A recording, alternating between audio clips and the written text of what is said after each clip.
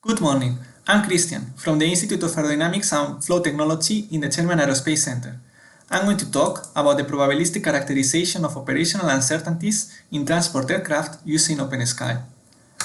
I'm working in aerodynamic design of aircraft components such as wings, and usually this aerodynamic design takes place at a representative but limited range of flight conditions.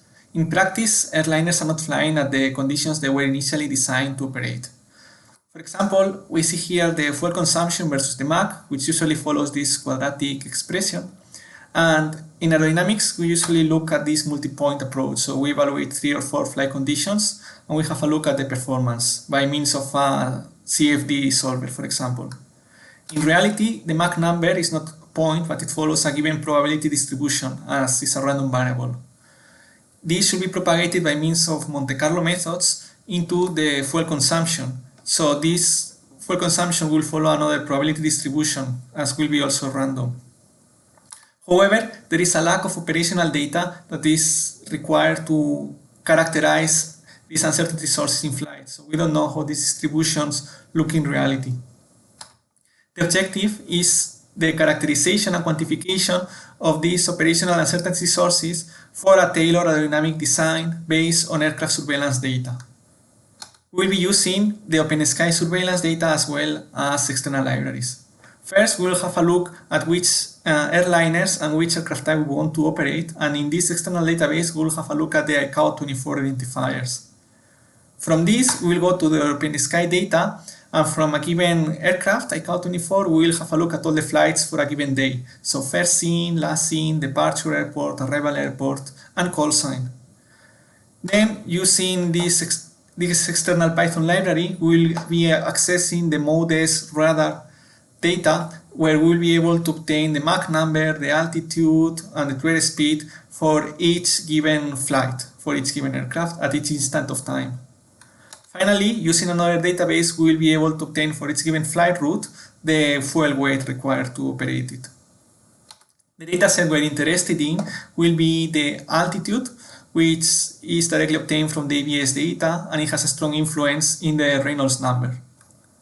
The second one will be the Mach number, which is obtained from the BDS 60 codes, and this is a free stream boundary condition that affects the shockwave location over the surface of the wing.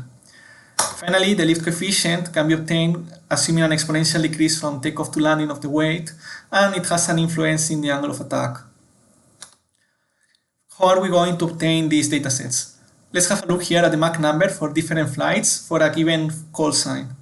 We extract them here versus time, and then we can filter and focus only on cruise conditions, which is the longest segment of the flight, and is where aircraft fly faster. Using a kernel density estimation, we are able to obtain the probability density function for each given flight, and we can see that some flights they may fly a bit faster and others fly slower. If we decide, we are able to collapse this into a single probability distribution for all flights for the given call sign. Here we're looking at the A320 data, so in this case it flies for this route around Mach 0.75 and Mach 0.80, and makes sense because Mach 0.78 is the design cruise point of the A320, which more or less is near the mode of this PDF. More in detail, we are going to be interested in operational data for A330, which we are going to extract the data for 5 major European airliners for the months of July and August 2019. These flights cover most of continental Europe, Middle East, and USA, and we have around 2,700 flights corresponding 165 call signs. What we have plotted here is the average lift coefficient versus the average cruise Mach number for each given flight, and colored by different airliners. In the design point, we have the red star, and in our multi-point, we have the blue. We see that the blue multi-point approach is not accurate enough. It does not capture the whole design envelope of the A330, as in reality aircraft flying faster and slower. We can also collapse these individual flights by call signs. So in this case, we have information by call signs for the variability of the Mach and the average of the Mach. We can see that some routes airliners operate maybe a slower average cruise than design point, but a large variability. So let's say the pilot, in case he's late, will accelerate in order to be on time. On the other hand, we have this other region which you have a higher speed and lower variability.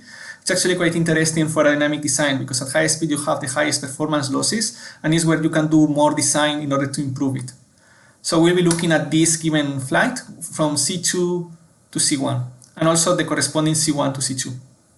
So we see here the PDS for this call sign for this route. So basically how often are flying in altitude, lift, and Mach, and we can collapse it and obtain what we're looking for at the introduction. So the real probability distribution of the Mach, lift, and altitude.